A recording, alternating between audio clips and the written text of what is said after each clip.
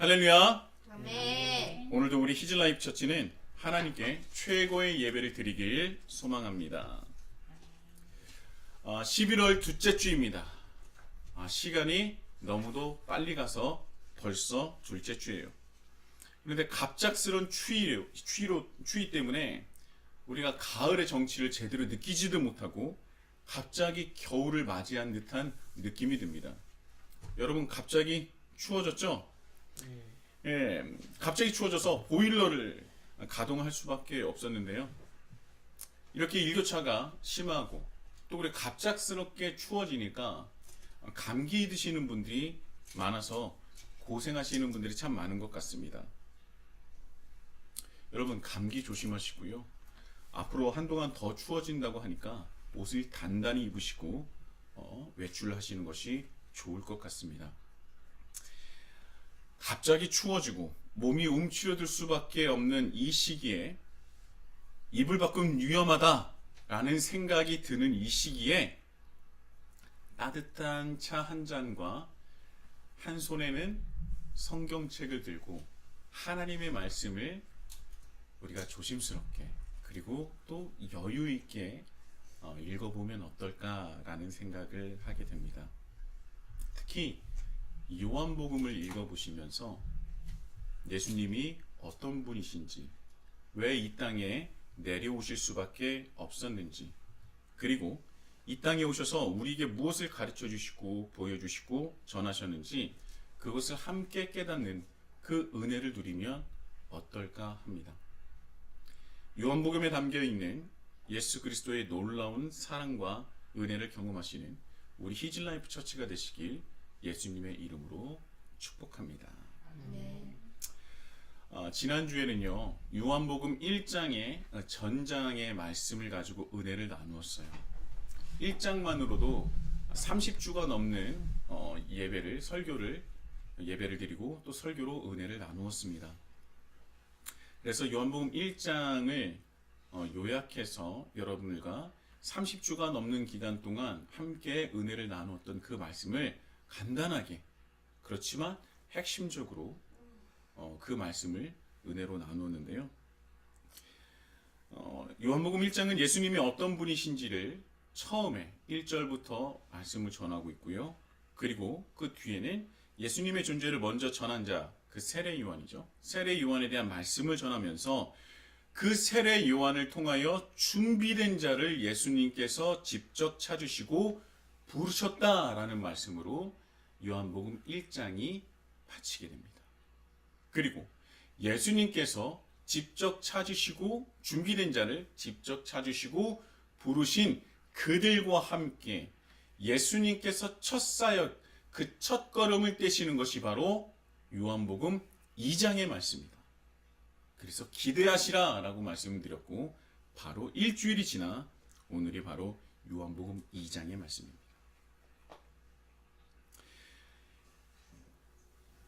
여러분, 이 오늘 말씀을 여러분 잘 아실 거예요. 이런 찬양도 있습니다. 예수님이 말씀하시니 물이 변하여 포도주 됐네. 모르는구나. 너무 우리 어렸을 때만 했었던 건 찬양인가요? 예수님이 말씀하시니 물이 변하여 포도주. 예수님 나에게도 말씀하셔서 새롭게 변화시켜 주소서. 알죠? 네. 이 가나 혼인잔치에서 포도주가 떨어지고 말았습니다. 그래서 정말 난리가 난 거예요. 유대 문화에서 이 혼인잔치에 포도주가 떨어지는 것, 포도주를 대접하지 못한다는 것은 가장 큰 결례 중의 결례입니다. 그래서 포도주가 떨어졌었던 이 상황이 얼마나 당황스럽고 혼란스러웠겠습니까?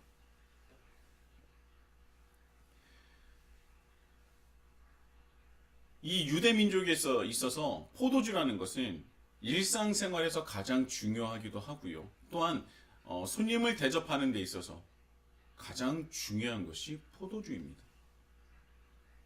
이 포도주는 우리가 알고 있는, 우리가 흔히 마시는 그 맥주나 우리나라에서 마시는 맥주나 뭐 소주나 이런 술로 생각하면 안 돼요.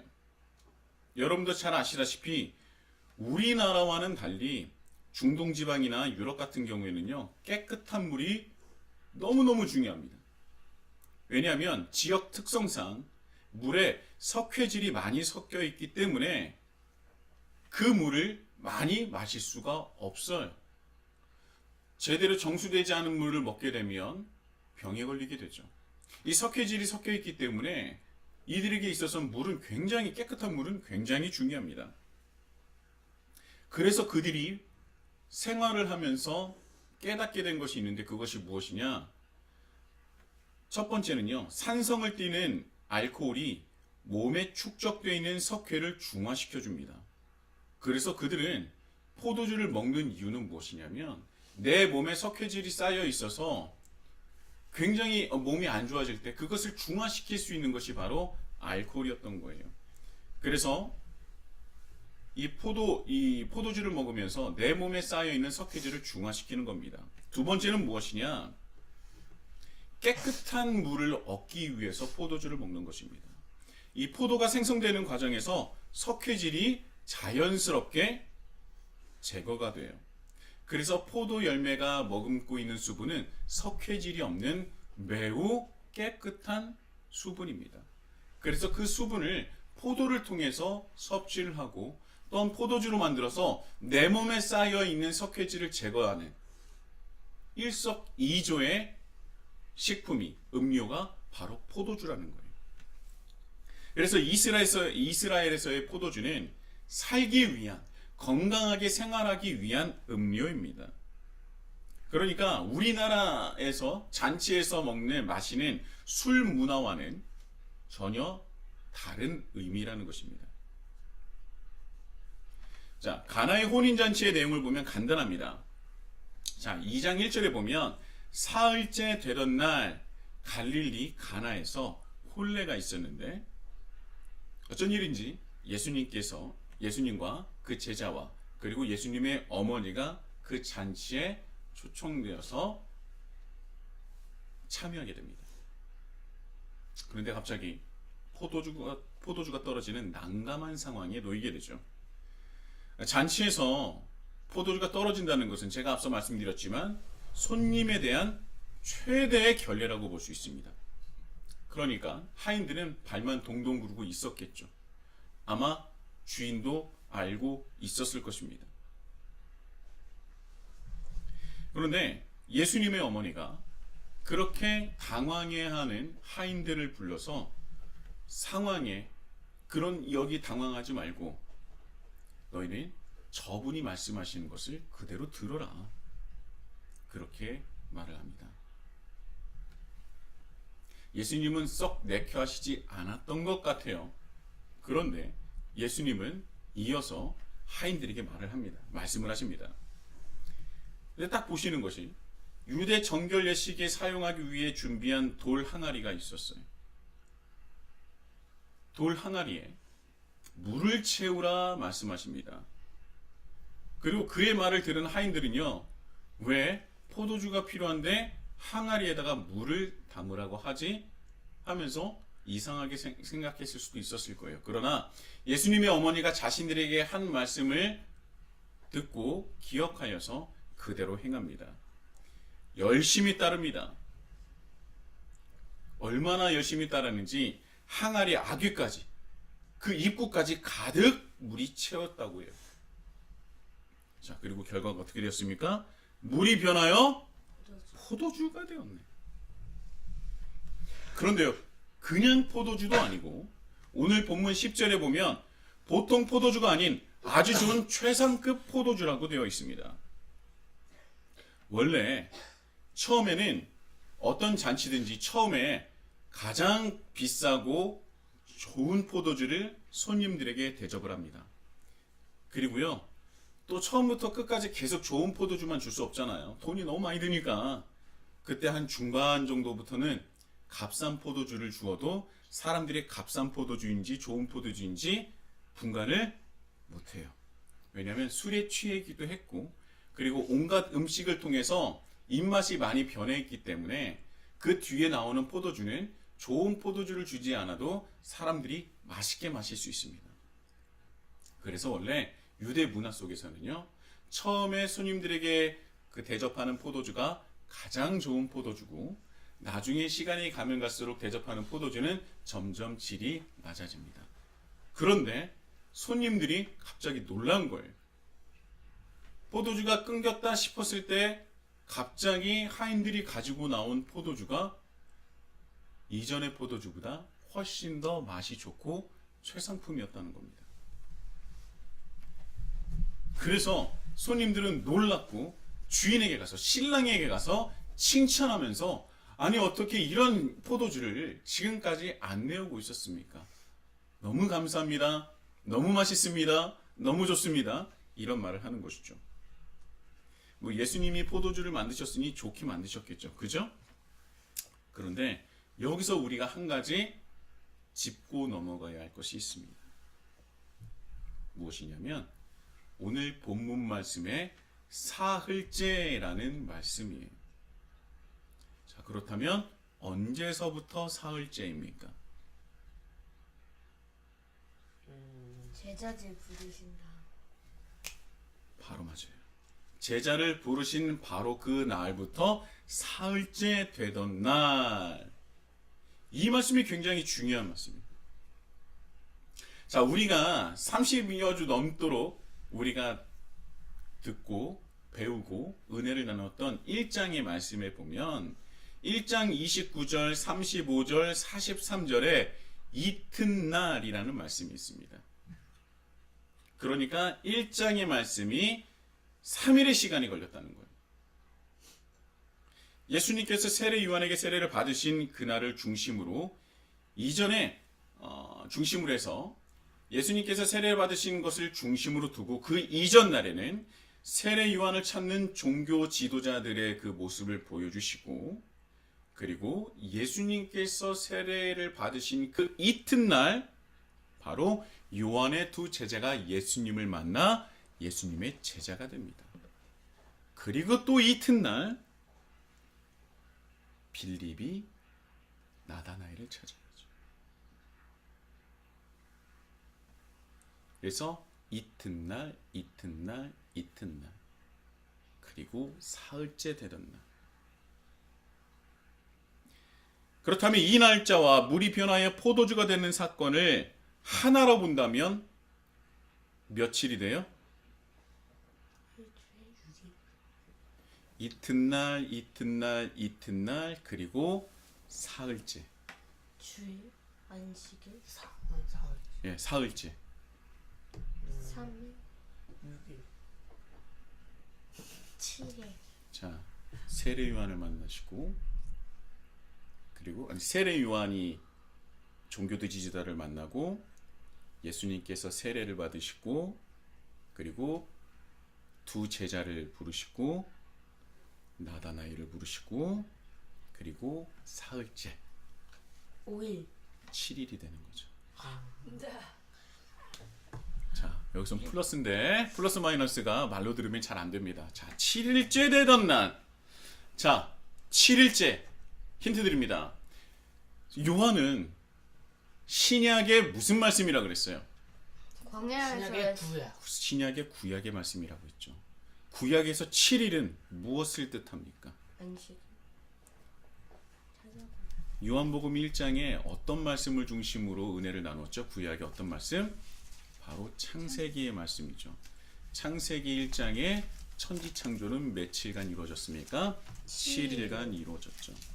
그래서 가나 혼인 잔치는 새로운 창조를 말씀하고 있는 귀한 하나님의 말씀인 것입니다.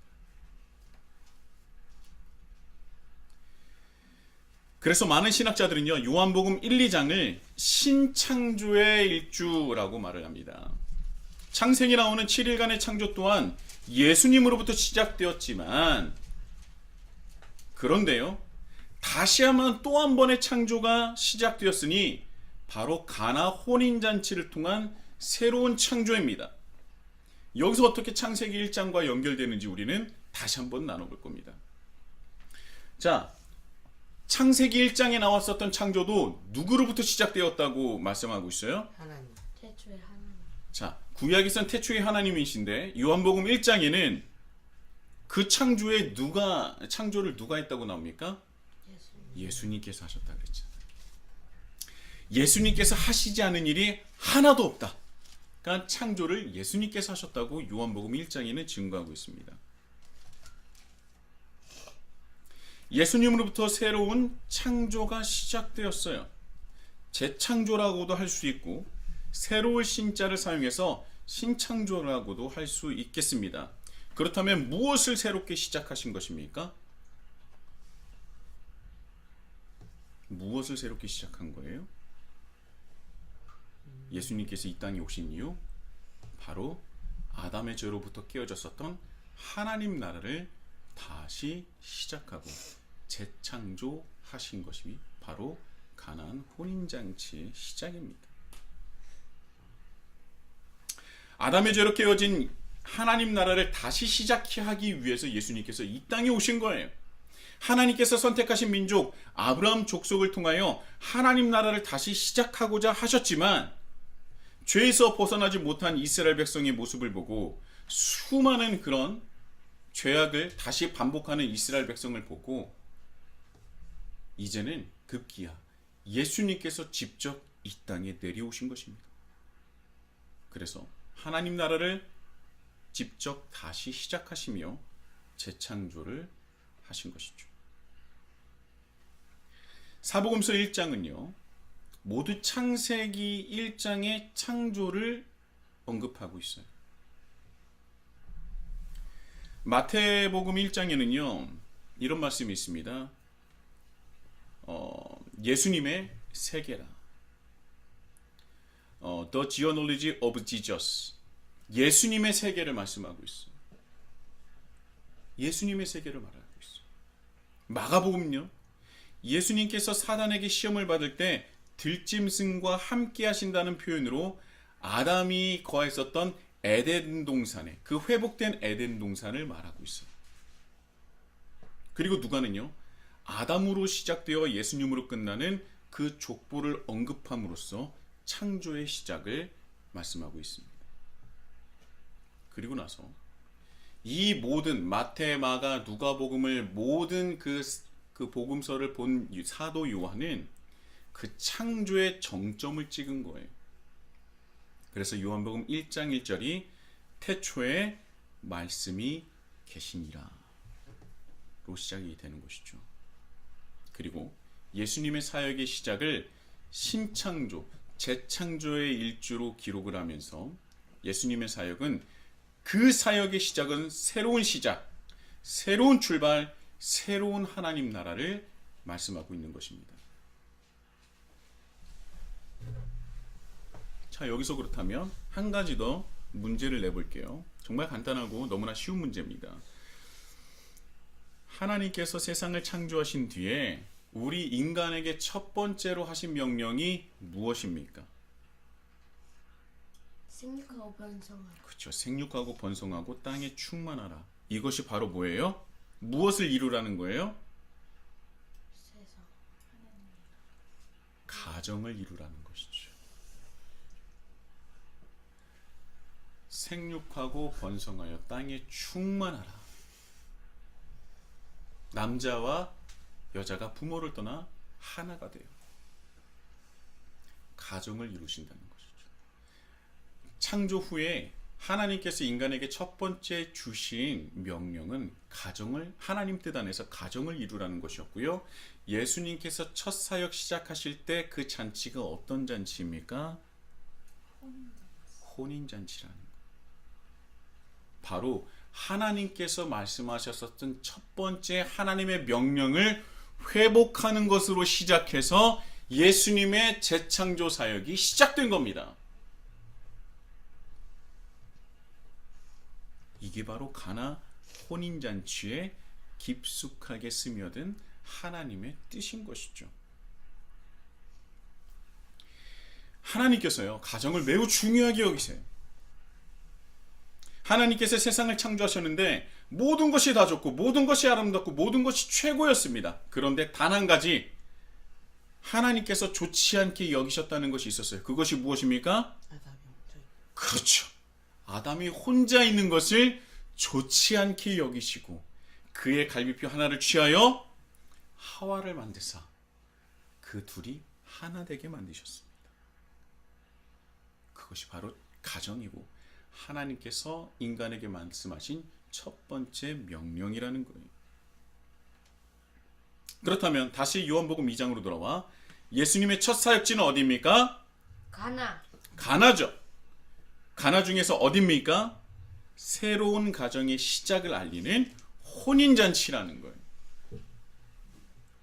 이것이 창세기 1장으로부터 시작돼서 요한복음 1장으로 이어지는 것입니다. 예수님의 사역은요, 창세기 나와 있는 지난 창조, 이미 있었던 창조, 첫 창조를 다시 회복하는 것이 바로 예수님의 사역이라는 것. 정확히 말하면 예수님께서 먼저 시작하셨었던 그 창조, 첫 창조를 다시금 회복하는 것이 재창조라는 것입니다. 회복시키는 것, 회복하시는 것. 죄로 인해서 왜곡되고 깨어지고 무너졌던 하나님의 뜻과 하나님의 세계를 다시 회복시키는 것. 자, 여러분, 회복이라는 것은요, 이전 것을 무너뜨리고 아예 새롭게 시작하는 것이 아니라 오히려 무너져 있었고 왜곡되어 있었고 약간 본질에서 벗어나 있었던 것을 다시 그것을 온전케 하는 것을 회복이라고 말하는 것입니다. 내 몸을 회복시키겠다고 하면서 내 몸을 완전히 없애고 다른 몸으로 취합니까? 그것이 아니죠. 내 몸을 회복시킨다는 것은 내가 가지고 있는 이 몸을 온전하게 다시 만든다는 의미입니다. 하나님의 창조는요, 첫 창조는요, 우리의 죄 때문에 깨어졌고 무너졌어요. 하나님이 보시기에 심히 좋았던 그 세계가 우리의 부족함으로 무너졌던 것입니다. 우리의 욕심, 우리의 욕망, 나 중심적인 사고로 하나님 나라가 훼손되었던 것이죠. 그것을 예수님은 다시 하나님 보시기에 심히 좋았던 그때로 다시 회복시키기 위하여 이 땅에 오신 것입니다. 그리고 그 첫 시작점이 바로 가나 혼인잔치였던 거예요. 예수님께서 어떤 것을 먼저 시작을 통하여서 하나님 나라를 다시 회복하고자 하신 겁니까? 하나님의 첫 번째 명령. 그 명령을 다시 회복하여 지키는 것을 시작으로 하나님 나라를 다시 회복하기 원하셨던 겁니다. 그냥 포도주가 떨어진 것이 불쌍해서 도와준 것이 아니라는 거예요. 이 가나 혼인잔치 안에 들어있는 하나님의 뜻을, 그 놀라운 뜻을 발견해야 우리는 그 은혜를 받고 또 하나님의 뜻을 깨닫고 그래서 성장하는 것 아니겠습니까? 그런데요, 여러분, 여기서 또 한 가지 우리가 더 중요한 것이 한 가지 더 있습니다. 그렇다면 창세기 1장에 있었던 첫 번째 창조와 그리고 오늘 말씀으로 은혜를 나누는 요한복음 2장에 나와 있는 새 창조, 신창조, 재창조와 차이점이 있습니다. 어떤 차이점이 있을까요? 무엇일까요? 굉장히 다른 것이 있습니다. 그것은 바로 첫 번째 창조는, 창세기 1장에 나와 있는 첫 번째 창조는 예수님께서 홀로 역사하셨지만 요한복음의 재창조에는 누구와 함께 하셨습니까? 그렇죠. 예수님이 찾으시고 부르신 제자들과 함께 했다는 겁니다. 이것이 가장 중요합니다. 이것이 너무나 중요한 말씀입니다. 창세기 1장에 나와 있는 창조는요, 예수님께서 홀로 다 감당하셨습니다. 물론 삼위일체 하나님이 다 함께 하셨지만 삼위일체에 대해서는 나중에 또 알아보도록 하고요. 예수님께서 홀로 감당하신 거예요.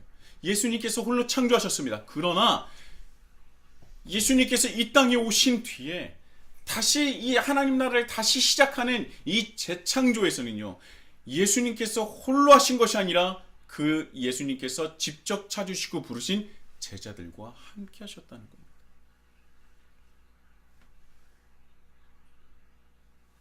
예수님께서 이 땅에 오신 이유는요, 하나님 나라를 다시 회복시켜서 다시 시작하는 것에 있어요. 그런데요, 그것이 시작으로 끝나는 것이 아니라 그 하나님 나라를 누구에게 맡기었다는 겁니다. 첫 창조에는 아담에게 맡겼고 재창조에는 예수님을 따르는 제자들에게 맡기셨어요. 다른 점은 재창조하실 때 제자들도 곁에서 함께 있었다는 것입니다.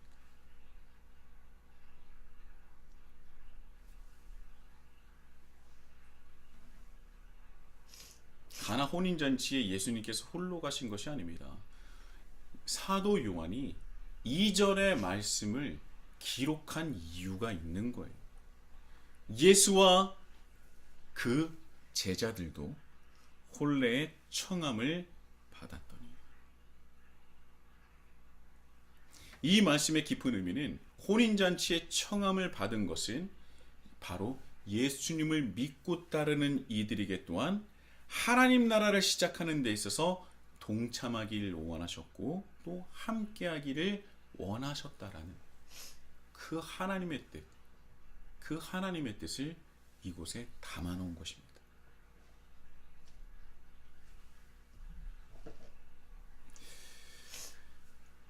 여러분, 하나님이 우리와 함께 하시길 원하신다는 것을 여러분 인정하십니까? 하나님은 우리와 함께 하길 원하세요. 하나님께서 하나님 나라를 확장하고 이루어 가시는 데 있어서 그 누구보다도 우리와 함께 하시길 원하시는 것이 바로 하나님이라는 거예요.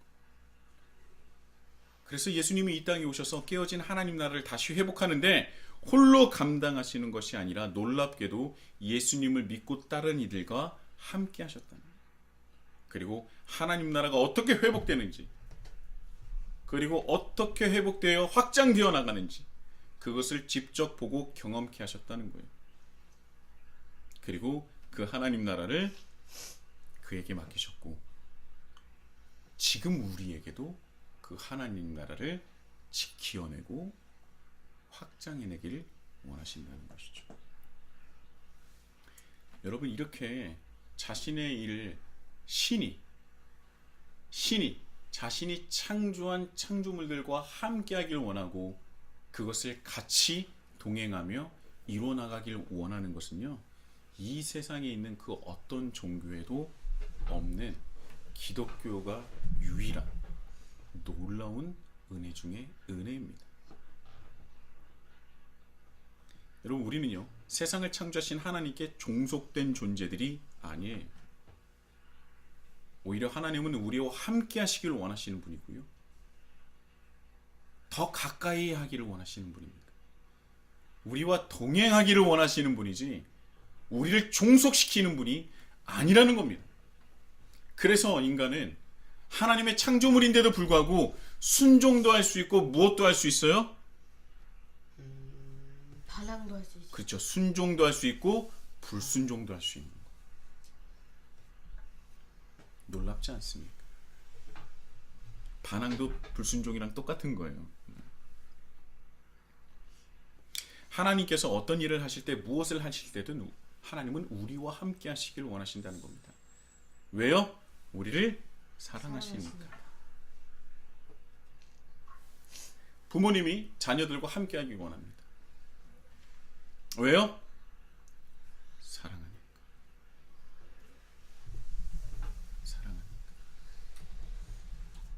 사랑하면 뭐든지 함께 하고 싶어 하는 겁니다. 그래서 예수님이 홀로 가나 혼인잔치에 가신 것이 아니라 자기가 찾아 부르신 그 존재를 사랑하사 함께 혼인잔치에 참여를 하신 것입니다. 지금 함께 예배드리는 우리 히즐라이프 처치 한 사람 한 사람은요, 단 한 사람도 빠짐없이 이 재창조 가나 혼인잔치의 청함을 받은 은혜를 입은 자들입니다. 하나님과 함께 할 수 있는, 동행할 수 있는 그 은혜를 받은 자들이라는 것이죠.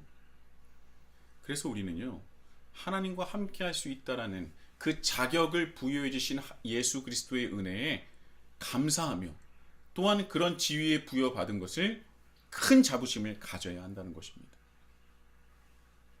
2000년 전 예수님과 함께한 제자들은 이 재창조의 일주를 함께한 자들로 그 영광을 누렸습니다.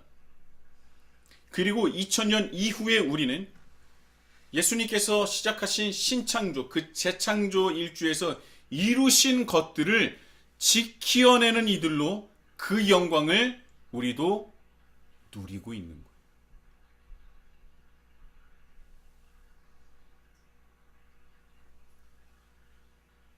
여러분이 예수님을 믿고 따르며 예수님의 그 뜻대로 살아가고자 노력할 때, 그 길을 걸어갈 때, 우리는 예수님께서 2000년 전 가나 혼인잔치에서 시작하신 새로운 시작을 알리는 그 재창조의 그 예식에 우리도 참여하며 또 그 은혜를 누리게 된다는 것입니다.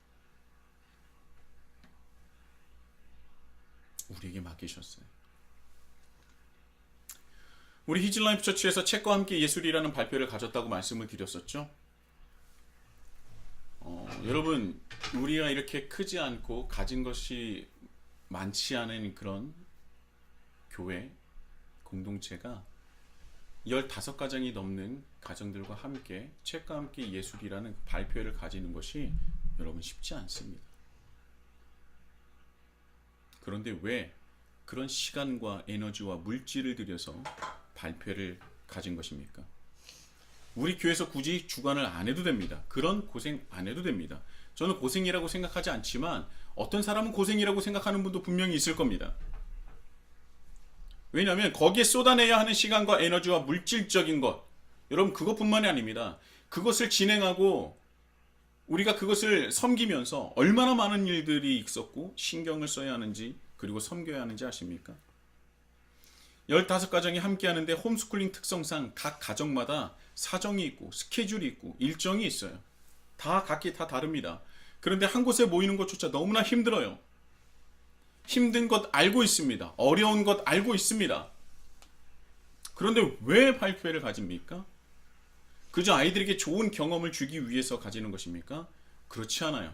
저는 그래서 시작한 것이 아닙니다. 저는 그 뒤에 있는 놀라운 하나님의 계획하심을 보았기 때문에 참여하고 적극적으로 지원을 했던 것입니다. 왜냐하면 우리 모두가 다 하나님 나라를 먼저 이루어가는, 그것을 경험해야 하고 또한 그것을 이뤄내야 하는 공동체이기 때문이죠. 굳이 사서 고생하는 이유가 그리스도인이기 때문입니다.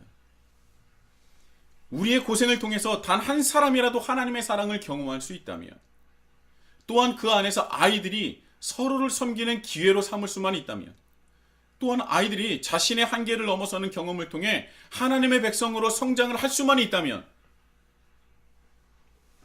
많은 사람들이 함께하는 과정에서 일어날 수밖에 없는 관계의 문제, 물리적인 충돌, 생각의 다름에서 나오는 이게 의견 대립, 그것을 피하는 것이 상책이고 지혜로운 것이라고 할 수도 있겠습니다. 그러나 그런 것을 통해서 우리가 스스로 한 단계 성숙을 한다면, 우리가 그것을 이겨내고 그것을 극복하고, 그래서 그 안에서 예수 그리스도의 사랑을 전해서 결국 우리가 그것을 해내었다면, 그래서 우리가 성숙을 이룰 수만 있다면, 그것은 어떤 고생보다도 값진 것 아니겠습니까? 그리고 그런 섬김을 해보지 않은 자들이 어떻게 하나님 나라를 논할 수 있겠습니까? 그래서 어렵지만 함께한 것입니다.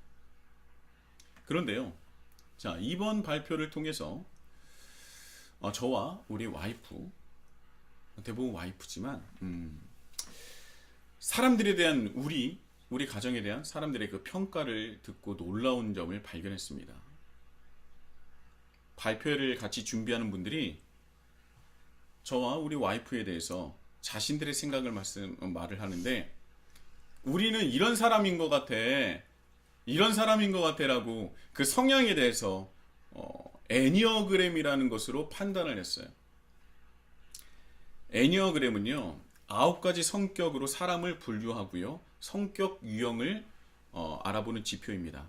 히라버, 구를 뜻하는 애니어와 점선 도형을 뜻하는 그램의 합성어라고 보시면 됩니다.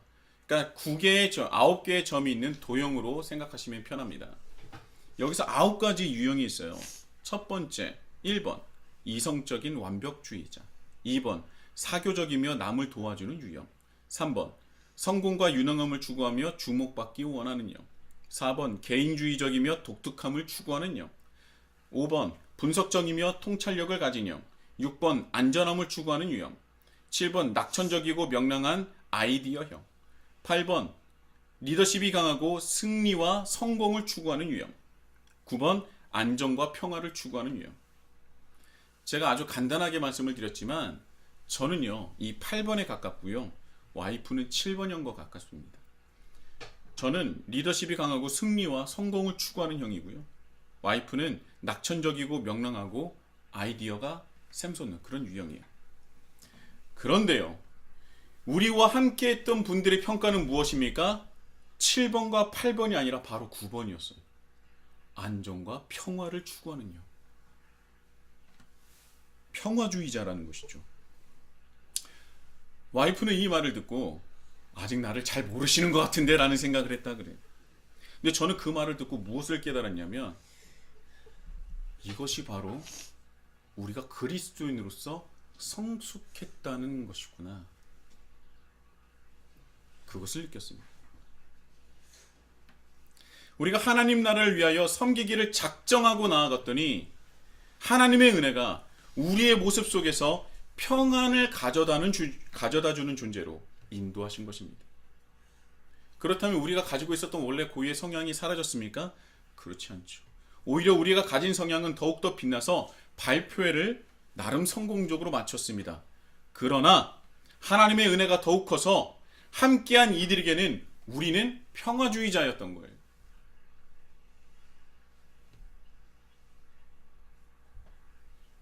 하나님께서 우리에게 주신 성향과 하나님의 은혜, 평화주의자적인 하나님의 은혜가 더해서 책과 함께 예술이라는 발표를 무사히 마치게 될 수 있었던 것입니다. 이것이 성숙이고 이것이 바로 하나님 나라를 이루어가는 그 귀한 은혜의 길이 아니겠습니까? 가나 혼인잔치는요, 새 창조를 보여주시는 예수님의 첫 사역입니다. 창세기에 나오는 첫 번째 창조와 다른 점은 예수님께서 홀로 감당하시는 것이 아니라 제자들과 함께 하셨다는 거예요. 사랑하는 히즐라이프 처치 형제자매 여러분, 2000년 전에 예수님께서 함께 했던 제자들은요, 오늘을 살아가는 우리와 다르지 않습니다. 그들은 2000년 전에 예수님께서 시작하셨던 그 신창조의, 재창조에 참여를 했다면, 우리는 예수님께서 새롭게 시작하신 하나님 나라를, 재창조하신 하나님 나라를 지켜나가는 존재라는 것입니다. 전혀 다르지 않아요. 그래서 우리에게 이런 막대한 사명이 주어진 것입니다.